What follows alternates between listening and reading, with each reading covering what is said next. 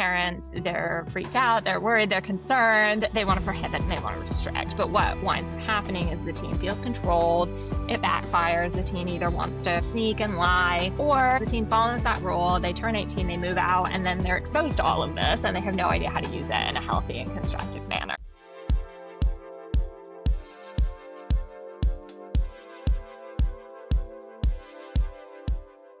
Hello, everyone. This is Ekaterina with Trust Me Mom, and my guest today is Sophia Vale Galano.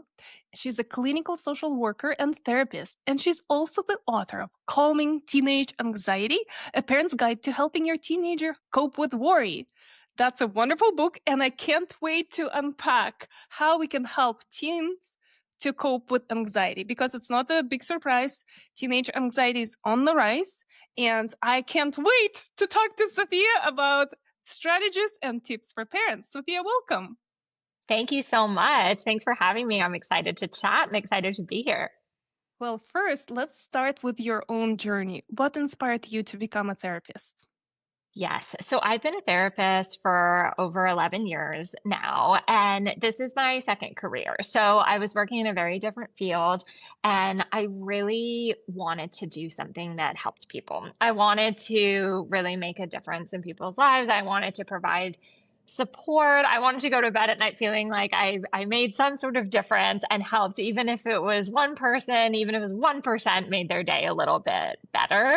I fell in love with being a therapist and working with teens when I was in graduate school. So that was the first time that I had really worked with teens in a therapeutic space. And I was working at a large public high school on the East Coast. And that's when I knew right from the get-go, okay, this is the population that I'm super passionate about. I found that it was really fun as well. There was never a dull moment working with teens. And it was also very challenging, but in a rewarding way. And obviously, we'll get more into this, but I really do feel that teens are at such a pivotal piece or a pivotal time in their life, and that therapy can be very, very helpful for them in terms of picking kind of their path and where they're going to go. And that's why I wrote this book. That's why I work with this population. Yes, and you mentioned that it's a pivotal moment, and I know their hmm brain development, that season of their life is hmm so critical, and that's where a therapist or the proper intervention can really help them if parents Yes. know the right strategies, how to Yes. communicate. Yes. Totally. Yes. So let's talk about how we can even recognize teenage anxiety, because there's a stereotype that kids are like, oh, life sucks. School is boring. So, or for example, some kids may get really nervous before the exam. So how can parents actually recognize if they really need help? Right, right. And I want to preface by saying that it is really common and understandable for parents to confuse this. And oftentimes I have very amazing, concerned parents that come to see me in my practice that have completely disregarded their teen's anxiety. And they're so hard on themselves for it of how did I miss this? How did I let this slip through the cracks? But it is really, really common to confuse, sort of the natural kind of development for an adolescent versus this is something more severe. So usually what I say is for a parent to mindfully observe how often a teen is struggling and to what extent. So I give this example, just as a kind of a starting point for parents, which is, using the example of a teen taking a test. So if a teen, let's say, is anxious before an exam and they're feeling stressed, they're feeling nervous, they're worried, but they're able to sit through the test, they're able to get through it, they're able to move on with their day. Okay, understandable behavior, maybe not a cause for concern, where the teen who throws up before the exam, has like a panic attack before the exam, refuses to go to school because of the exam, has a hard time with their other classes or with their, socialization because of their stress around this exam, that's when we're going to want to take a closer look and also recognizing how often things like this happen. So if this happens, say once a year, okay, maybe the teen is just having a bad day and maybe it's not, we need to intervene, we need to really get into the nitty gritty. Whereas if a teen, this is coming up multiple times a month, it's happening every week, it's happening every day, we're definitely want to take a closer look. And then what is the next step? for Yes. parents? Yes. So having conversation with their teen and I recommend for parents to have a conversation even if their teen isn't struggling. I will say that I'm really big on preventative care too. So oftentimes I'll have parents that say, particularly parents that have younger teens. So, a parent has a 13-year-old say or 14-year-old and they say, my teen isn't anxious, but I know this is a problem. What do I do? So this is where it's really important for parents, whether the teen is currently struggling or even if the teen is doing okay, it's so important to have these conversations of opening up a dialogue about anxiety and for the parents to approach the dialogue with their teen from a curious and inquisitive manner versus seeking to fix or provide solutions. So for parents to really approach a conversation wanting to learn more, of asking open-ended questions, really talking and listening to what the teen is saying and seeking to understand. Can you give a few examples, maybe scripts, some phrases that parents can use? Definitely. So I often start by reminding parents, again, not to, okay, well, let me preface by saying there's a time and place where it's appropriate to fix and provide a solution. So there are emergency exceptions to everything that I'm going to say today. But generally speaking, for parents to remember that a dialogue is about learning. So to avoid fix it and solution statements such as, okay, you have anxiety. Have you tried meditating? Go take a walk in nature. Just know it's going to be fine. Those are coming from a very positive place. The parents, first of all, are right. That actually does help. Those are great solutions. But the teen doesn't benefit from hearing that at the time. So instead, for a parent to approach the conversation and say, hey, what is it like for you when you're going through this? How would you feel about sharing a little bit more about this? I really want to learn and I want to understand. Would you tell me a little bit more? Would you walk me through it? Would you paint the picture for me of really, again, wanting to listen to the teen? Because even that can really, really help the teen just to feel very heard. So I recommend leaning on open-ended questions. So if possible, I know some of the examples that I gave are yes or no questions, but if a parent is in doubt, to really lean on open-ended questions that are not yes or no questions of, I'd love to learn more. Tell me a little bit more about that. How does that feel for you? What is that like for you? Questions that are kind of more in that family. And then the teen says, I don't want to talk about it. Mm. And which happens a lot. So I encourage parents not to get discouraged if that happens, to remember that it might not be the right time. So not to give up if, let's say, the parent tries to have that conversation and it doesn't work right away, to revisit at a later time. Or for the parent to say, I really would like to chat about this at some time. Is there a time that would feel better for you? If the teen's like, no, I don't want to talk about it, it's okay. We can kind of close the door for right now, but again, revisit later or consider switching up the setting that you're having this conversation in. Maybe the teen feels a bit too put on the spot and it doesn't feel as natural or organic as they'd like it to be. So for parents to remember, if they've tried once, it's not the end. There are other ways that we can modify and approach this in a different manner.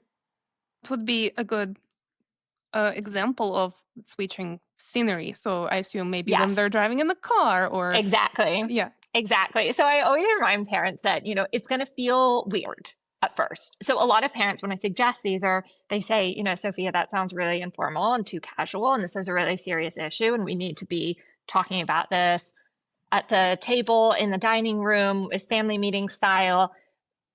Sure, I understand. However, it doesn't resonate with the teen. So just for parents to remember that we're trying to speak the teen's language here. So it's going to feel a little unusual and unconventional for the parents. So absolutely what you said, of trying it when the teen is in the car with them, when they're not sitting face to face, that can really, really help where they don't feel as put on the spot when they, let's say, watch a movie or watch a TV show together, and there's a character in the show that is going through some sort of mental health concern, whether it's anxiety, depression, that can open up the door for it. I talk about this in my book a lot of even for parents researching, celebrities that the teen follows or the teen likes and seeing if that celebrity is open about mental health or is involved in any mental health charities or work and using that as a starting point. It's really essential. Again, like I said, emergency exceptions to this, but for the teen to feel that this is coming up in an organic way, organic, natural, not forced. And for parents to also kind of train themselves to feel a little bit more comfortable with that. Yes, and you touched on very important nonverbal signal when people are face to face, right in Right. front of each other. It's a confrontation when they're side by side, or even when they're sitting at the table, not facing each Mhm. other, but at the angle. Yeah. It's Mhm. more comfortable for people to relax. So I like Yes. that idea.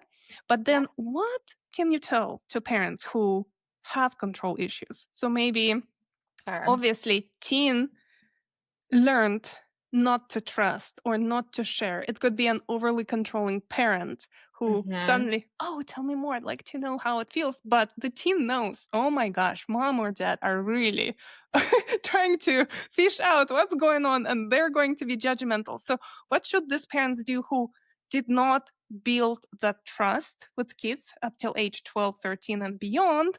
And now they suddenly want to change and help their child and they need to rewire themselves and rebuild that Yes. trust. Yes, yes. So I encourage parents to be very patient with both themselves and with the teen. That, again, it might not happen right away. And that is really hard. So I really want to normalize that, for the parents that come to see me that, most concerned parents don't want to wait a long time. Their child is suffering and they want to alleviate the suffering immediately, and that's coming from a amazing stance. And a lot of my work with the teen is also helping the teen understand that from their parents too. That, it's exactly what you're saying of like, well, my mom is like, trying to control this and trying to fix it. And it's, helping the teen say, like, well, that's, you know, your mom cares about you and your mom's doing the best that she can with, the tools that she has. So let's also have some empathy and compassion for her as well. But this is where, and I get into this a lot in my book, for parents in a non judgmental and very compassionate manner to reflect on ways that they can change themselves, to really introspect, to say, how am I leading by example for my teen? How am I practicing modeling? And this is really good for parents when they have a resistant teen. So a teen that's just completely closed off to talking. It can be very empowering for parents to say, okay, even if my teen is not willing to collaborate with me or communicate with me, I can look into myself and say, you know, I have been incredibly stressed and I have been incredibly anxious. And perhaps my teen is picking up on that. Perhaps my teen is seeing that, I'm not taking time to care for myself, or, I've been verbalizing how much I'm struggling, yet I've never thought about going to therapy or going to counseling, or, taking some deep breaths or taking a morning off, or whatever it might be, for parents to really, like I said, compassionately, non-judgmentally, just look at ways that they can be a really good example for their teens. I mean, not only does that help the parent, take better care of themselves, but also, the teen sees that too. Yes, and I can see how if a teen notices changes in parents' behavior, they will Hmm. start gradually trusting that, well, mom or dad really are trying to change Yeah. behavior. Yeah. Totally, totally. And I remind parents too, that I say this phrase quite often, teens are not expert communicators. So most teens will not sit down with their parent and say, Mom, Dad, I'm so grateful and incredibly appreciative of the self-reflection that you've been doing and how you've been practicing modeling and leading by example. Like, they're not gonna say that. I mean, again, maybe there is a teen out there that would say that. I haven't met them yet, but, most times the parent might not hear verbal confirmation or hear kind of the outward gratitude from the teen, which can feel discouraging, of course, as a parent, because we all like to feel appreciated and recognized for our efforts. But for parents not to get discouraged, that even if the teen is not saying it, they're witnessing it. It's oftentimes very subtle or it's kind of subconscious there. So for parents to remember that too. Yes. I liked how you provided an example how a parent should change their own behavior or cope with their own stress, because Mhm. it also reminded me the mirror neurons idea. Mhm. Mhm. We pick on, let's say you come in the room and you feel that tension, there was maybe a big Yes. fight and you feel it, or you Yes. The feed off energy. that energy. And actually, I also learned you're a Reiki practitioner and you have a lot of very Yeah. interesting certifications, so you might Thank even you. understand that field better than Yes. most people because you're so intuitive. Well, thank you.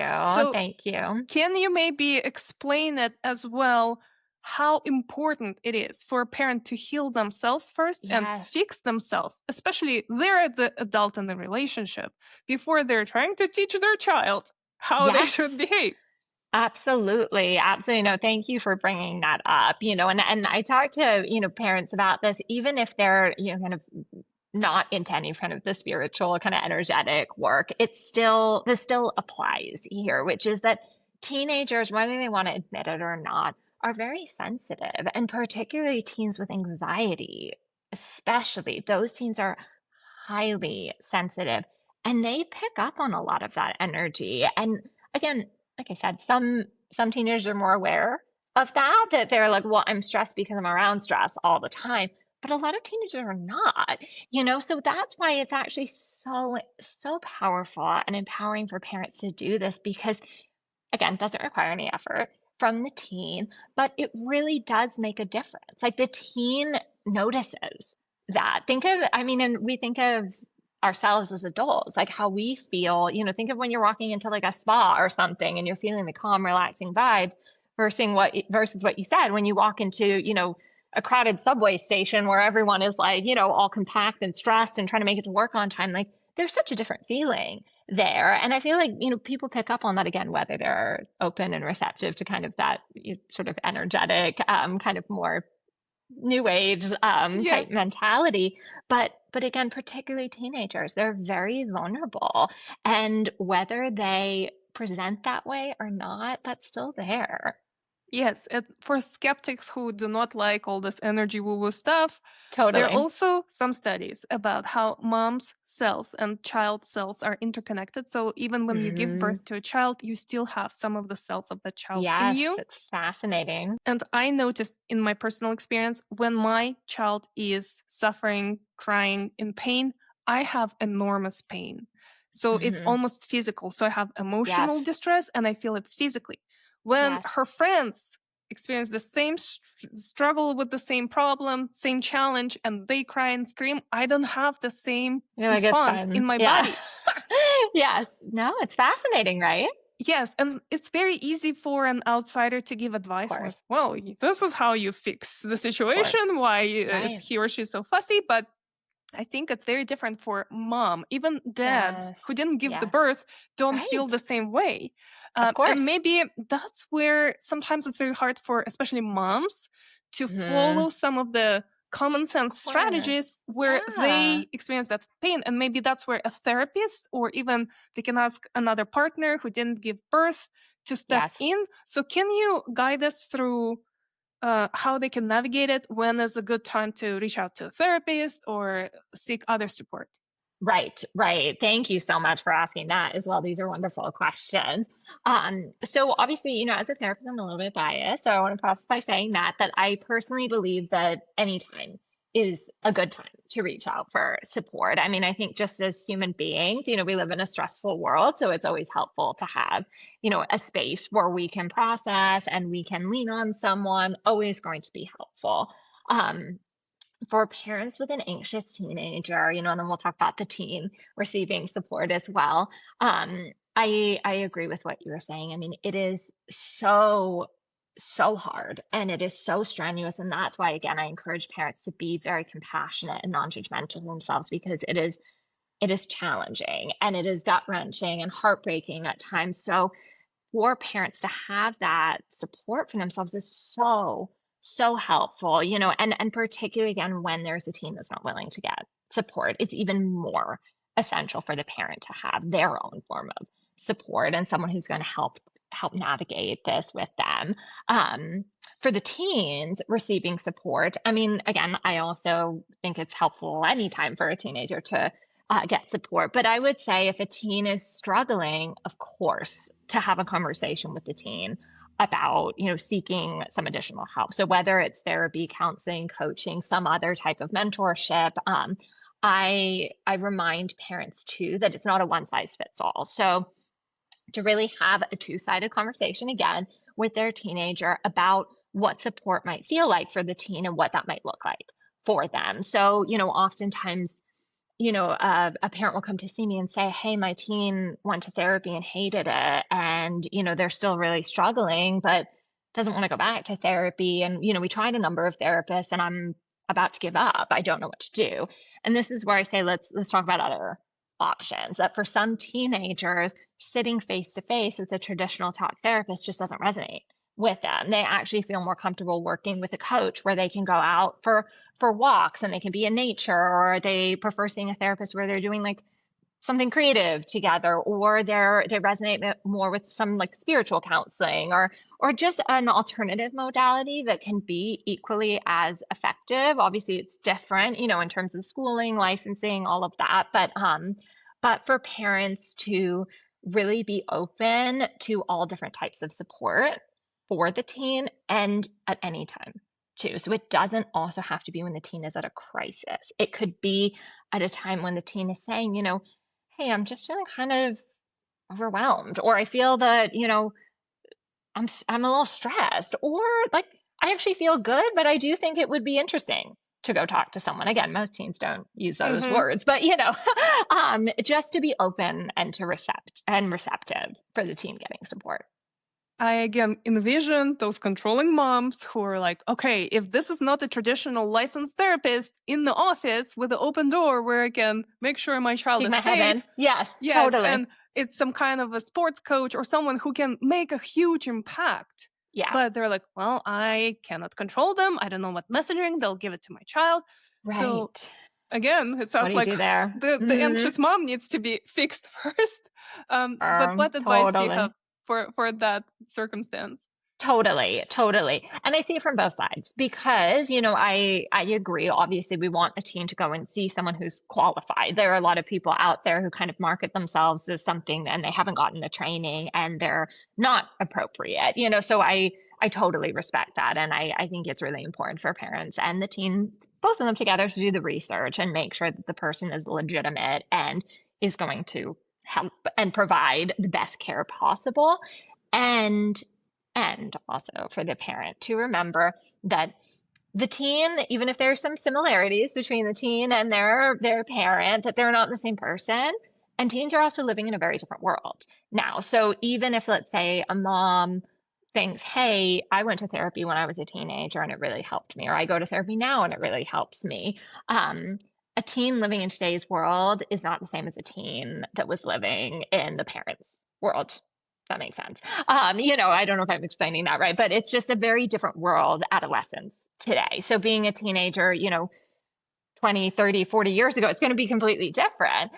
So for parents to just keep that in mind and remember that it might feel better for the teen. And if it helps them and they're noticing a difference, that's great, and to kind of relinquish some of that control and kind of just trust and also know that they can reassess and reevaluate too. It's not that they're committing like, okay, this person you're going to see forever. It's okay to kind of step back and have another conversation with the teen about how it's going. Yes, you touched on the different reality these days for Yes. teens. So when Yes. we grew up, we didn't have social media on our cell phones. So Right. let's talk about social media and overall digital overload. And Right. there could be in the past it was more face-to-face bullying or Right. discomfort. Now it could be online bullying. So let's touch on this sensitive subject of social media and teens, and what is your take on whether they Yeah. should have it, how to communicate with Yes. teens? Yes. So I come from the stance of, not prohibiting or restricting a teen from using social media. Again, of course, emergency exceptions to this, if, and it's case by case. So again, if there's something going on social media wise where the teenager is, in danger, or something illegal is going on, it's going to be a different story.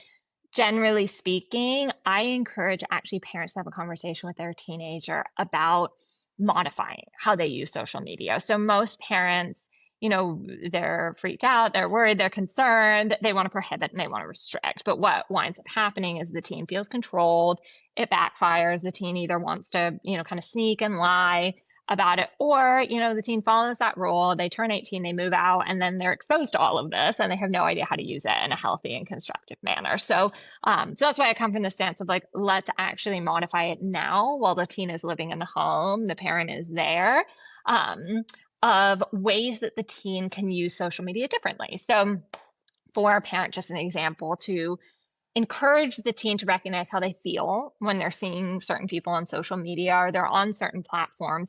And if they're noticing it's making them feel bad, can we change that? Can we encourage the teen to, rather than just completely go off social media, to use the mute button, to restrict certain pages, to block certain pages? Can we encourage them to also perhaps sprinkle in some different types of pages, maybe some supportive pages, some pages that are also interesting and enriching to their hobbies too, because not all social media is bad. It's just about having some encouragement from the parents in terms of ways that teenagers can kind of mix it up a little bit. And, most teens are not going to do that on their own. Most teens are not saying, I'm going to get on Instagram or TikTok so I can follow pages with supportive, inspirational quotes. That's going to, take some encouragement from the parent here. Definitely. And even I can think about many adults who are having a hard time controlling their Right. social. Again, Totally. Totally. it We're all guilty of it. Scrolling. Yeah. yeah, it almost feels that parents need to figure out their social media addiction or news addiction and subscribe to some maybe positive news. Uh, Totally. what would you recommend? Let's say teens may be following celebrities, and especially with girls, they may have some concerns about their body image Yeah. because it's so subtle. But those are amazing, polished pictures. And even if that celebrity tries to share somewhat positive information, many girls still feel that I'm not that put together all the time, Totally. or I'm overweight compared to this image. So yes, I can see how maybe a page with inspirational quotes or cute puppies or Sure. crocheting something Totally. Yes. still shows in the feed, but um, algorithms are so fast at adapting. As soon as you engage with any content, it will change. It will keep feeding you the same content. Totally. And if, Totally. let's say, they have concerns about the way they look or they're not Hmm. successful enough, Hmm. what recommendations do you have? And this is where, I recommend again for the parent to sit down and talk to the teen about encouraging them. Hey, how do you feel when you see that? Like what comes up for you when you see, this celebrity that you're following? Do you find yourself caught in a comparison trap, as I call in my book, where they're saying, hey, why don't I look like that? And why don't I seem that way? And if they're falling into that pattern of, okay, maybe this is a time where we want to use a mute button, where we want to use a restrict button, this is also a time for parents to remind teens, again, with empathy and compassion, not in the way of don't go on social media, of just reminding them, I call it the highlight reel in my book, that these are not realistic, that this is probably one out of 200 photos that this person took. There are a million filters on it. There's airbrushing, and it's a sliver of what we're seeing of this person's life. The person is not posting the picture of themselves when they first woke up. I always joke because I'm wearing last night's makeup and, big, pimple on their face. It's going to be a very kind of polished version of themselves. So also just gently reminding teens of this too, that we don't know what went on behind the scenes of this photo, and just kind of bringing a little bit more of that reality into it, of like that social media is not a true indicator of what's going on. Yeah, yeah. So you mentioned some of the chapters from your book. What are your favorite chapters, or what are the key points you'd Thank like you. to communicate? Thank you. Yes. So I really enjoyed writing about ways for parents to self-examine their own goal expectations, the way that they take care of themselves, kind of what we were talking about in some of that energy space. Because those are the chapters that, again, I know I'm repeating myself, but they don't require collaboration from a teen. And those are the parents that often, I feel really need the support, and they can feel very discouraged when they come to see me, that they're like, I cannot control my teenager. If my teenager does not want to open up, I can't force them to open up. And I've checked all these boxes. I've tried talking to them in the car. I've tried asking open-ended questions. I've tried this, I've tried that. What do I do? And that's where it's helping the parent really look into themselves and help the parent feel, okay, I'm still taking action. I haven't given up. And what you wind up seeing is that the parent feels better because they're practicing, healthier habits for themselves. And even if it's very subtly, it helps the teen. So those, like, it's kind of in the middle of the book. Like, I want to say it's like chapter 6, chapter 7. Like, it's kind of the meat of the book of, helping parents, practice these tools for themselves. Yes, so you basically make yourself happy and fulfilled and content, and you're leading by example, and you're showing Yes. your team that, all right, well, there are a lot of challenges in my life, but Yeah, I still figured out how to keep myself happy, healthy, and this is totally. my gift to you that if Totally. you become a parent, you can also have fulfilling life as well. Yes, yes. And, and actually, like, I have heard things from my clients, and I kind of mentioned this in the book too, that in passing, some teens will say to me, oh, I was more open to going to therapy because my parents always talked about going to therapy. Or, I've had teenagers where their parents are in recovery and they say, well, yeah, my mom was in, a 12-step program. So she's really open to talking about mental health. And I kind of grew up in that, culture, so it's easier for me to be open about this. And again, it's not like they're sitting down and saying, like, I'm so grateful for my mom for practicing these, like, modeling skills, but it's these comments where it does show what a difference it makes to the Hmm. teenager. Yeah, absolutely. Mhm. Uh, so, what else would you like to share? Maybe inspirational advice to parents. You did mention that please do not give up, please keep Yes, trying. yes, But exactly. how can, so if we think about it, it's almost a trap. So, for example, a parent feels very stressed when their teen is stressed, and it's never ending cycle. Parents Yes, also might be in a position, especially when they have teen kids, they're in between where they might be taking care of their elderly parents, they're caregivers to that generation. They're still taking care of their younger kids. They need to save up for college. They're still yeah, working there's a jobs. lot. So it could be a fairly stressful season in life. Yes. They're Oh, time deprived. absolutely. They might still be sleep Yeah, deprived. So how can they um, figure out how to find joy and fix their own life in order to totally. model it for their teen children? Totally, totally. And you know how I was kind of saying that even if a teen opens up like a minor amount, it makes such a difference.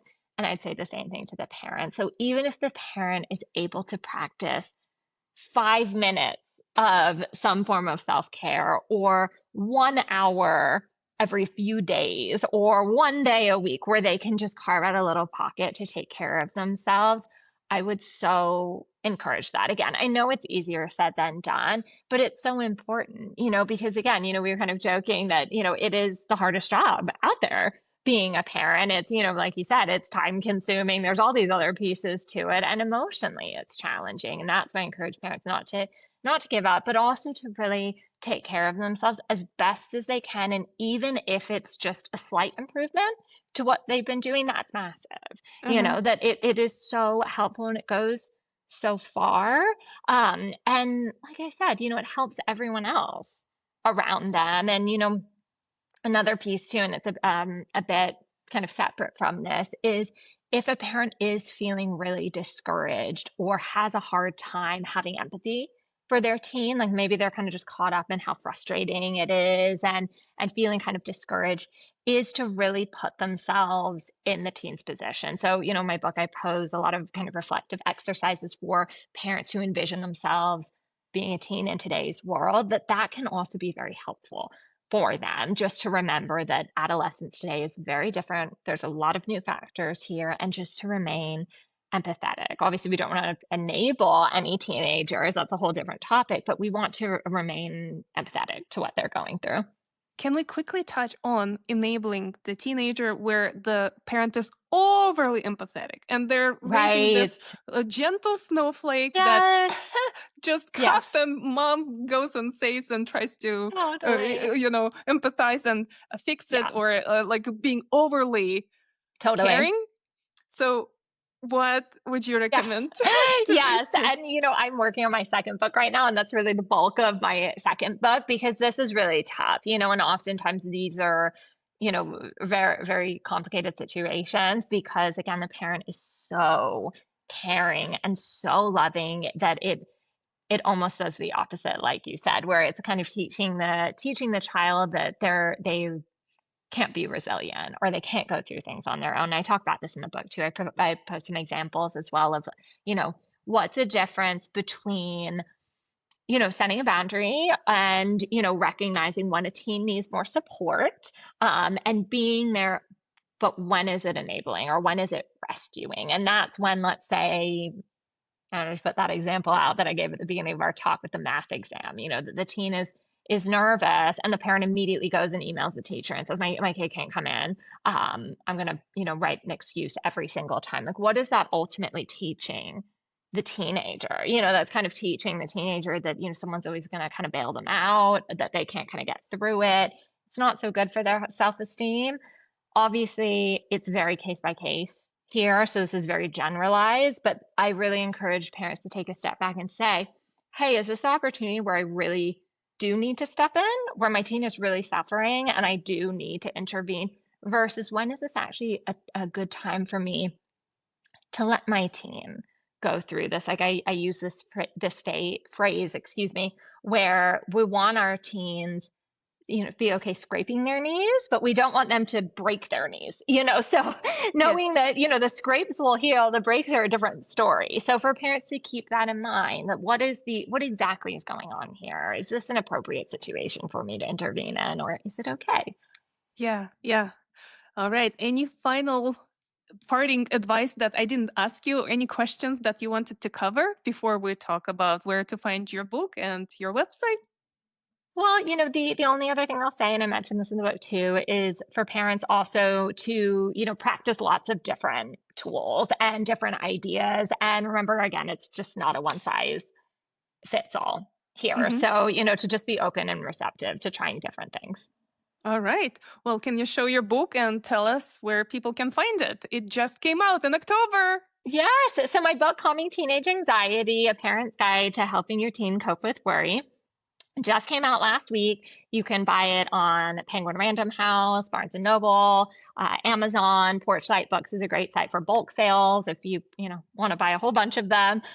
You can also contact me on my website if there are any questions about the book. Also, the links to the book are on my website, which is www.sophiagalano.com. You can find me on Instagram, Sophia Vale _Galano, and I'm always open and receptive to questions, comments. I'm always happy to chat with parents. Wonderful. And are you still taking new clients as a Yes, therapist?